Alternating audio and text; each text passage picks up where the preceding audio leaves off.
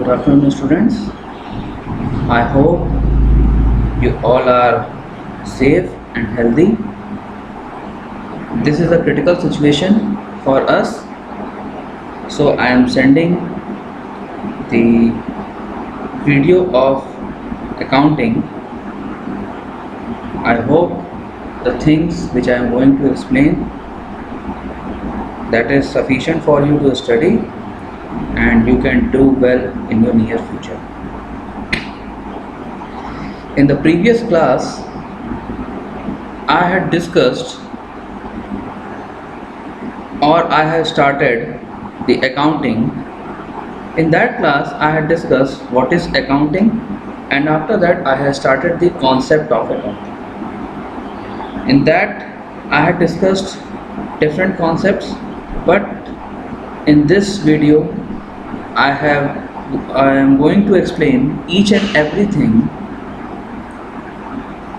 from the starting. So, in the first topic, I am going to explain meaning of accounting. Accounting, as you all know, it is an art of recording, classifying and summarizing the transactions in a significant manner and in terms of money, transactions and events which are in part at least of a financial character, interpreting the results thereof.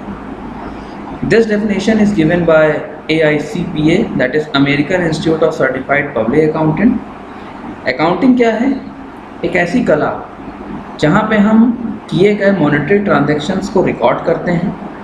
Record करने का मतलब उसे लिखते हैं. After that classify करते हैं. Classify का मतलब अलग अलग कैटेगरीज में इसका विभाजन करते हैं.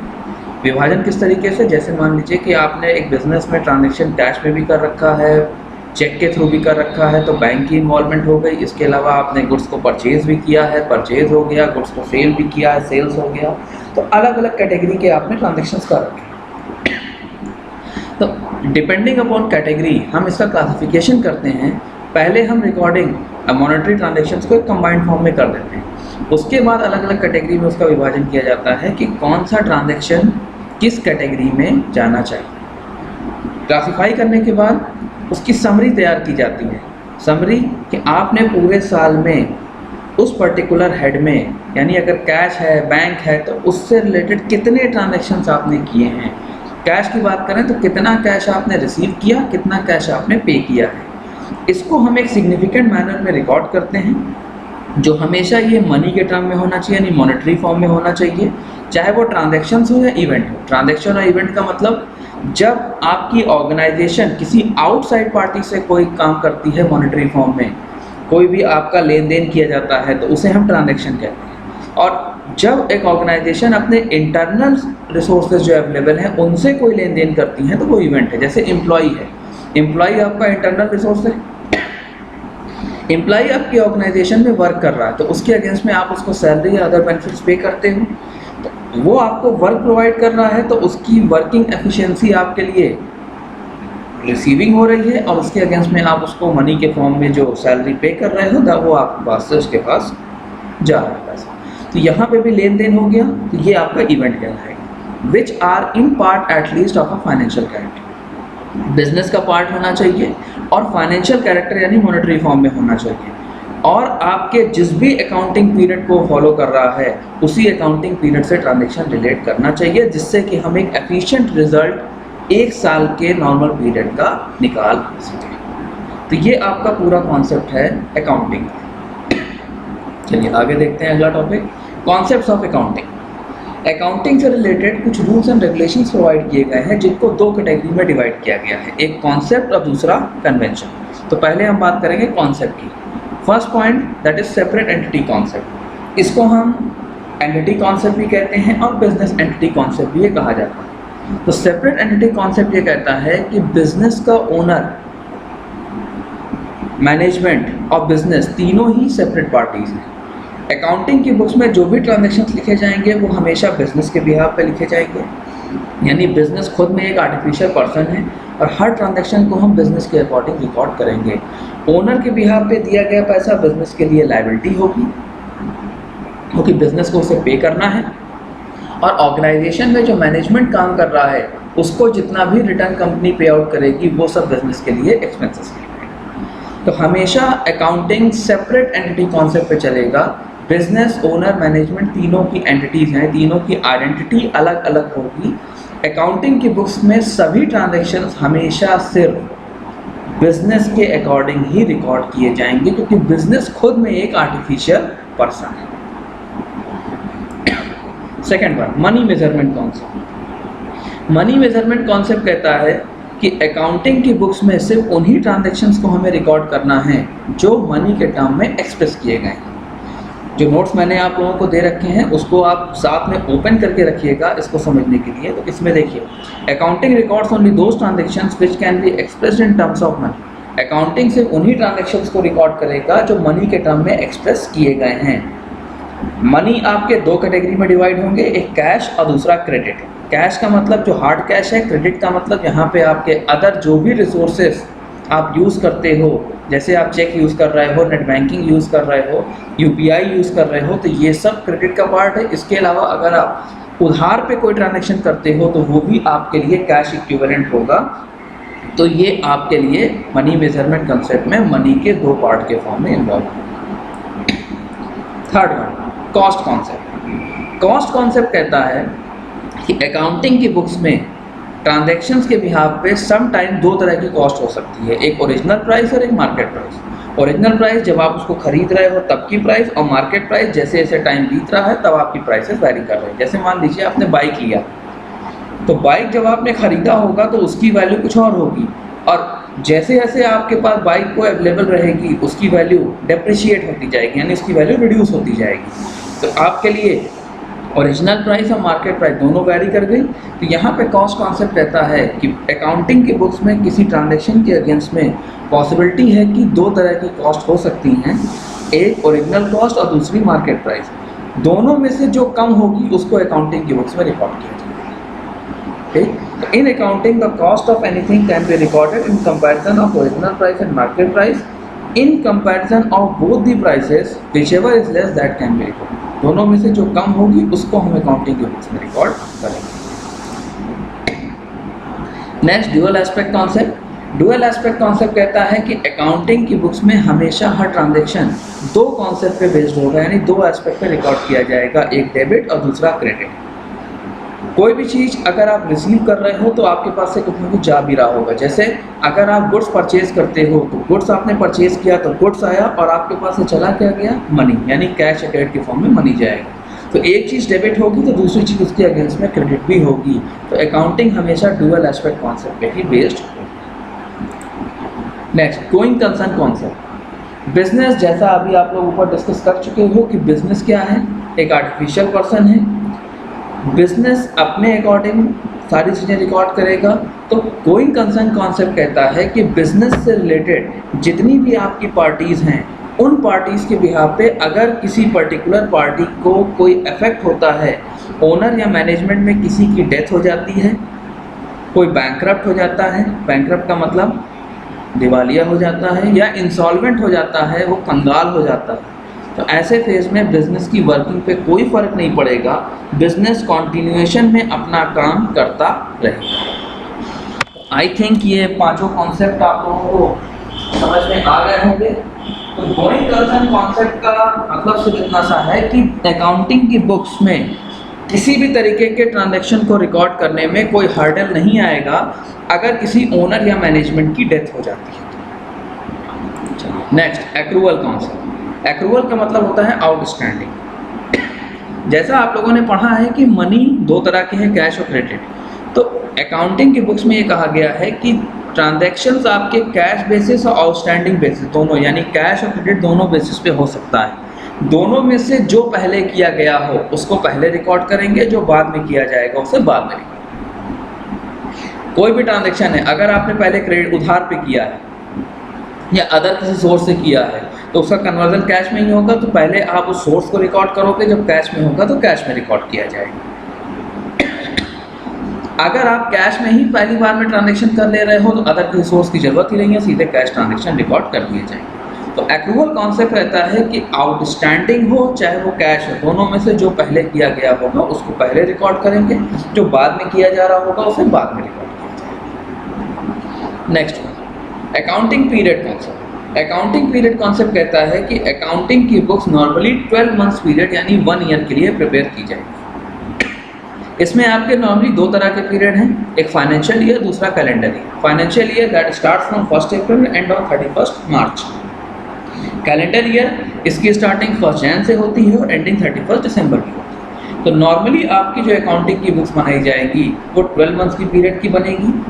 इन दो टाइम के अलावा और भी आपके 12 मंथ्स के डिफरेंट पीरियड्स हो सकते हैं, जैसे 1 जुलाई टू 30 जून, इस तरीके का आप टाइम पीरियड भी ले सकते हैं। सिर्फ आपके 12 मंथ्स पीरियड से कम की अकाउंटिंग बुक्स तभी पॉसिबल है जब आपका बिजनेस या तो नया शुरू हुआ हो या तो आप बिजनेस को क्लोज कर रहे हो और वहाँ पे आप किसी पर्टिकुलर ईयर को फॉलो करना चाहते हो और आपका टाइम पीरियड 12 मंथ से। जैसे मान लीजिए नया बिजनेस आपका स्टार्ट हुआ 1 जून को और आप चाहते हो फाइनेंशियल ईयर, तो यहाँ पे आपके लिए 10 मंथ्स का टाइम पीरियड है, तो ऐसी ही पॉसिबिलिटी में 10 मंथ्स की अकाउंटिंग की बुक्स बन सकती है। Next matching concept. Matching concept कहता है कि इनकम यानी रेवेन्यू हमेशा उसके एक्सपेंसेस से मैच करेगा, तभी आप अपने एग्जैक्ट प्रॉफिट या लॉस को निकाल सकते हैं। रेवेन्यू का मतलब टोटल सेल्स। बिजनेस में अकाउंटिंग के कंसिडरेशन में यहाँ मैचिंग कॉन्सेप्ट में ये कहा गया है कि अगर बिजनेस किसी भी तरीके का कोई एक्सपेंस करता है तो उसके अगेंस्ट में उसने सेल भी किया होगा तो रेवेन्यू भी जनरेट किया होगा। सारे एक्सपेंसेस लिखे जाएंगे और सारे रेवेन्यूज लिखे जाएंगे। दोनों को मैच कराने के बाद जो डिफरेंस होगा वो डिसाइड करेगा कि बिजनेस को प्रॉफिट हुआ है या लॉस हुआ। अगर रेवेन्यू ज़्यादा है एक्सपेंस कम है तो प्रॉफिट, एक्सपेंस ज़्यादा है रेवेन्यू कम है तो loss. Next objectivity concept. Objectivity concept कहता है कि अकाउंटिंग की बुक्स में हम सिर्फ उन्हीं ट्रांजैक्शंस को रिकॉर्ड करेंगे जिनके लीगल डॉक्यूमेंट्स यानी लीगल प्रूफ अवेलेबल। आपने दिखा दिया कि बिजनेस ने 10 लाख रुपए की एक मशीन खरीदी थी लेकिन आपके पास उसकी रिसिप्ट नहीं है, तो रिसिप्ट ना होने के केस में ऐसे ट्रांजैक्शन को अकाउंटिंग की बुक्स में रिकॉर्ड नहीं किया जा सकता। सिर्फ वही ट्रांजैक्शंस आपके अकाउंटिंग की बुक्स में रिकॉर्ड होंगे जो मनी के फॉर्म में किए गए हैं और जिनके अगेंस्ट में आपके पास legal documents properly available. Last one realisation concept. Realisation concept accrual concept का ही अपग्रेडेशन।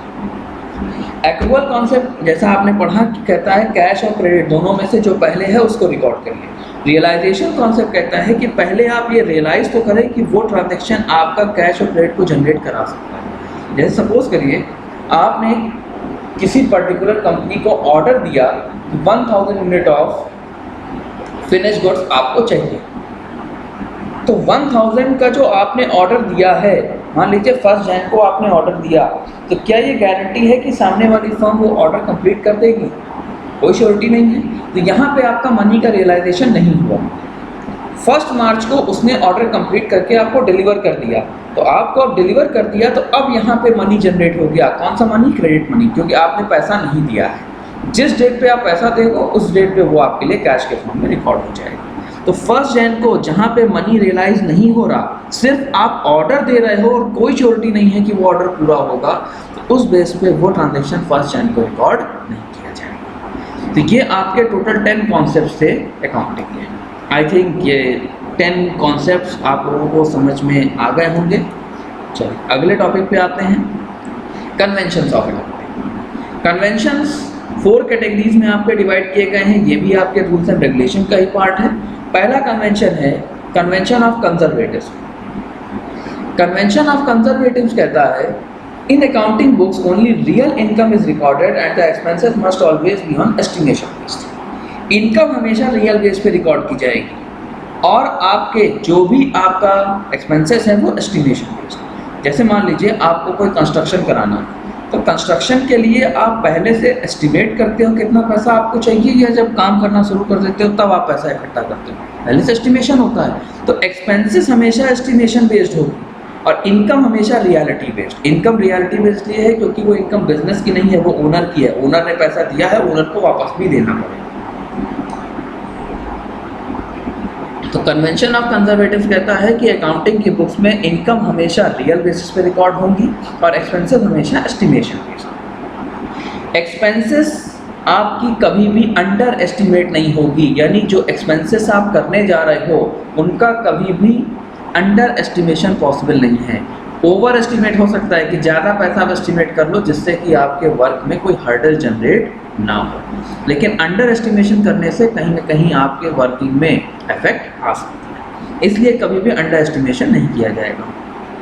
इनकम हमेशा रियलिटी बेस्ड होगी, तो ऐसे बेस पे इनकम आपके लिए कभी भी ओवर एस्टिमेशन बेस्ड नहीं आएगी। इनकम जितनी है वो आपकी एग्जैक्ट लेवल पे ही इन्वॉल्व होती रहेगी। Next, convention of consistency. Convention of consistency कहता है कि आपने जो मेथड या जो प्रोसीजर अकाउंटिंग की बुक्स को बनाने का वन टाइम अडॉप्ट किया है वो कॉन्टिन्यूएशन बेस पे आपका चलता रहेगा, इसको आप चेंज नहीं कर सकते। चेंज ना करने का मतलब, अगर आपने एक प्रोसीजर बनाया है कि इसी प्रोसीजर पे अकाउंटिंग की बुक्स में ट्रांजैक्शन रिकॉर्ड होंगे, तो वही सेम प्रोसीजर आपके ईयर बाय ईयर चलते रहेंगे। अगर आप किसी तरीके से कोई भी मेथड चेंज करते हो तो इसके लिए आपके पास एक जेन्युइन रीज़न होना चाहिए। अपनी मर्जी से बिजनेस डिसाइड नहीं कर सकता कि इस साल ये मेथड, अगले साल नया मेथड। ठीक। Third one, convention of mortality. Convention of mortality कहता है this convention refers that in accounting books only those transactions are recorded which are related to that particular business. Convention of mortality कहता है कि पहले आप ये identify करो कि वो आप ही के बिजनेस से ट्रांजैक्शन रिलेटेड है। अगर वो आपके लिए मटेरियल है, सही है, आपके लिए आप ही के बिजनेस का पार्ट है, तभी आप उसको अकाउंटिंग की बुक्स में रिकॉर्ड करोगे, अदरवाइज को इग्नोर कर दोगे। Last one, convention of full disclosure.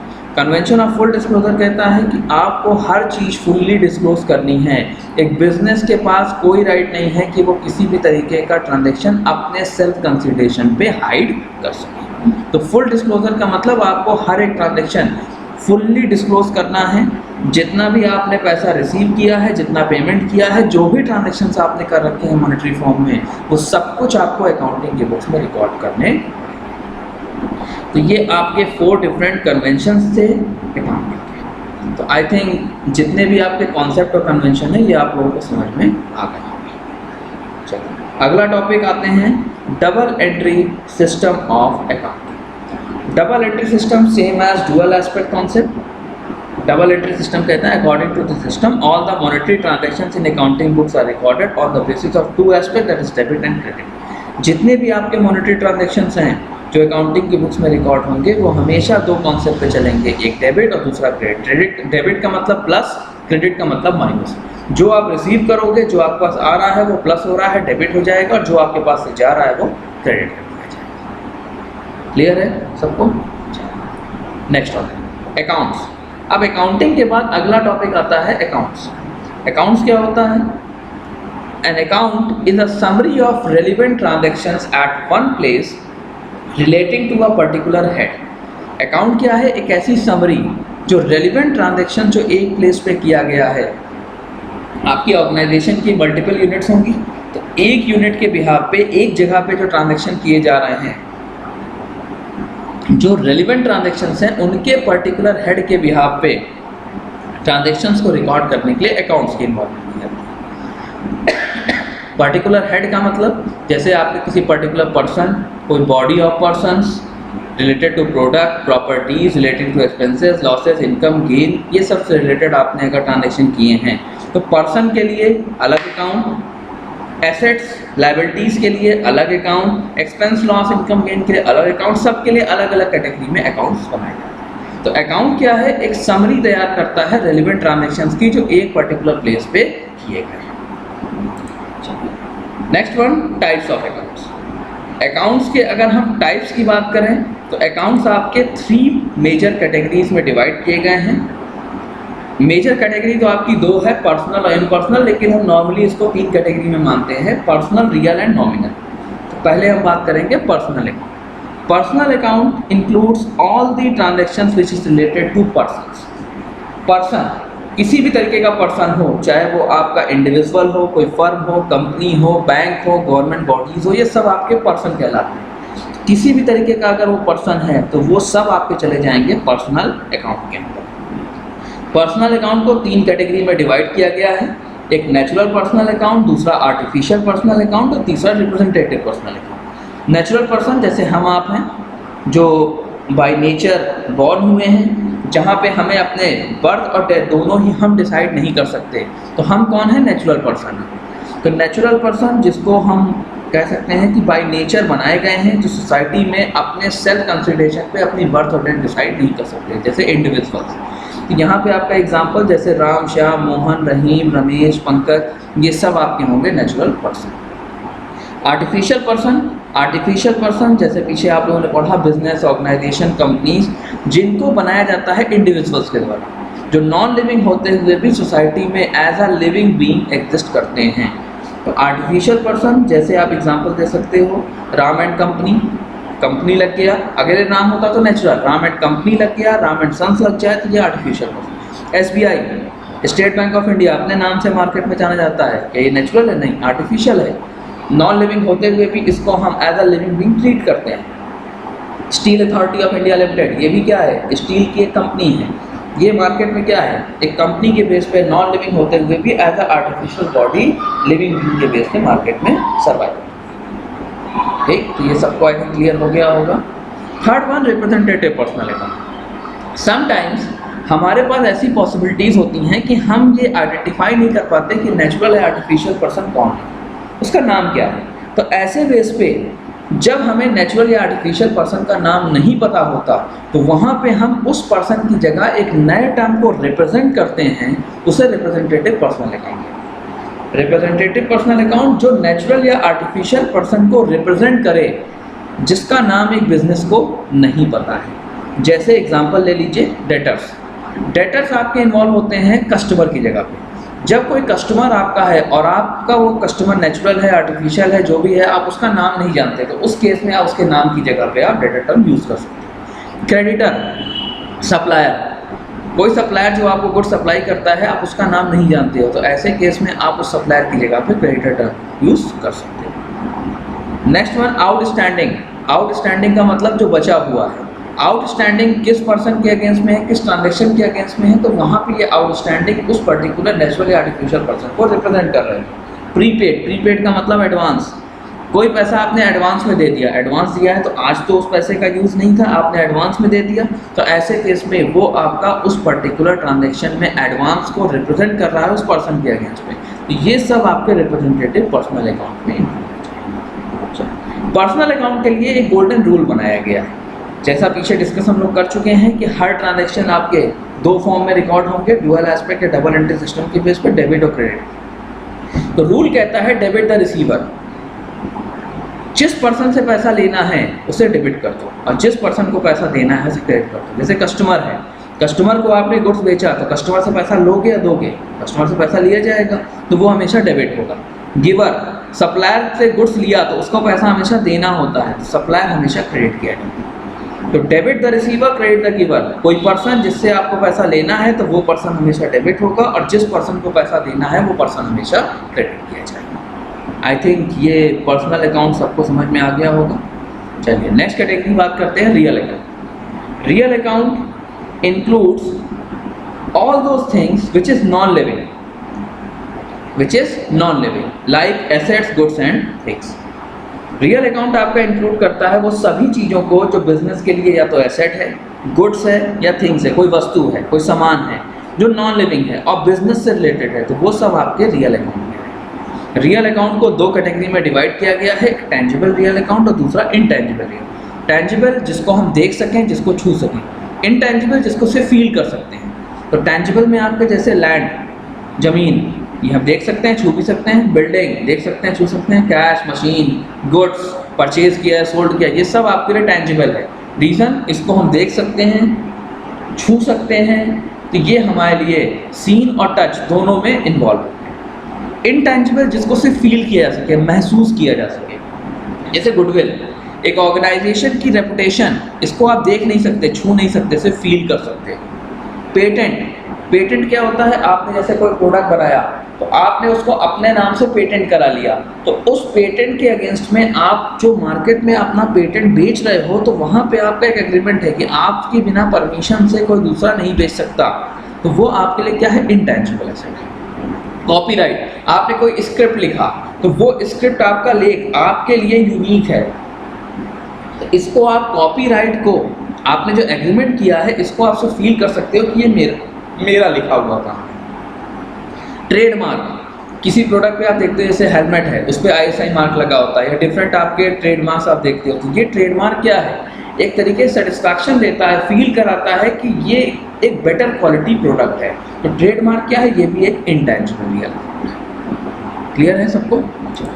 इसमें भी आपके गोल्डन रूल है डेबिट और क्रेडिट के फॉर्म में। डेबिट व्हाट कम्स इन, जो भी आपके लिए नॉन लिविंग फैक्टर बिजनेस में आ रहा है, गुड्स हो, एसेट हो, थिंग्स हो, ये सब डेबिट होगा जो आ रहा है। जैसे मशीन खरीदा, एसेट है तो मशीन बिजनेस में आ रही है, डेबिट होगा। क्रेडिट व्हाट गोज आउट, जो बिजनेस से बाहर जा रहा है वो क्रेडिट होगा। आपने पैसा दिया, कैश में पेमेंट किया, तो कैश क्या है, ये भी एक एसेट है, तो कैश बिजनेस से बाहर चला गया तो ये आपका क्रेडिट कर दिया जाएगा। टाइप्स ऑफ अकाउंट्स में ये दोनों अकाउंट आई थिंक आप लोगों को समझ में आ गए होंगे।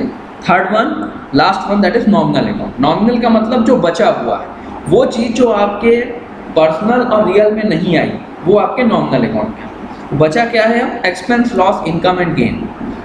बिजनेस से रिलेटेड जितने भी एक्सपेंस, लॉस, इनकम, गेन है ये सब आपके इंक्लूड होते हैं नॉमिनल अकाउंट के अंदर। तो नॉमिनल अकाउंट का रूल कहता है debit all expenses and losses and credit all incomes and gains. अब आप कहोगे कि बिजनेस में डेबिट तो प्लस होने वाली चीज़ होती है और क्रेडिट माइनस होने वाली चीज़, तो इनकम तो प्लस हो रही है तो उसे डेबिट होना चाहिए। इनकम प्लस हो रही है लेकिन किसकी इनकम है, ओनर की। बिजनेस को जितना इनकम होगी वो ओनर को देना पड़ेगा, तो बिजनेस के लिए वो माइनस है। और बिजनेस के लिए जितना भी एक्सपेंस और लॉस होगा उतना ओनर को नहीं देना है, तो बिजनेस के लिए प्लस है। इसलिए एक्सपेंस लॉस डेबिट किया जाता है और इनकम गेन को क्रेडिट किया जाता है।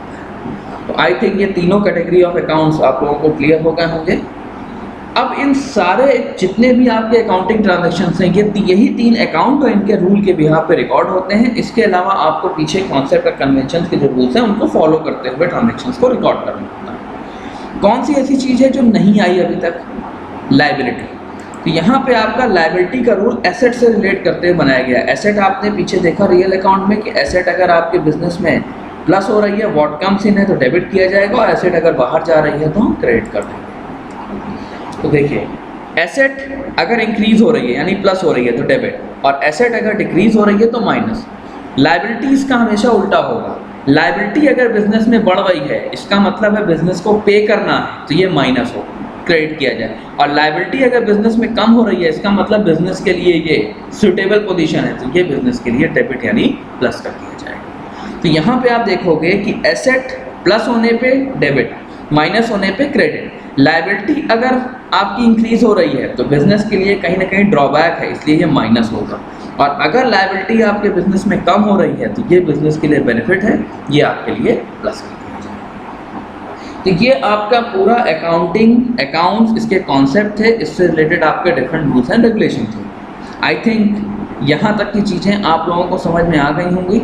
जितना भी मैंने स्टडी मटेरियल आप लोगों को सेंड कर रखा है उसको आप स्टडी कर लीजिए। ये जो मैंने आप लोगों को वीडियो में भेजने जा रहा हूँ, इस वीडियो को प्रॉपरली आप 1 बाय 1 सुनिएगा अपने स्टडी मटेरियल के साथ, एक एक चीज़ पढ़ लीजिएगा, और जो भी डाउट्स होगा उनको आप मुझे थ्रू व्हाट्सएप या थ्रू कॉल आप मुझसे पूछ सकते हैं। Thank you.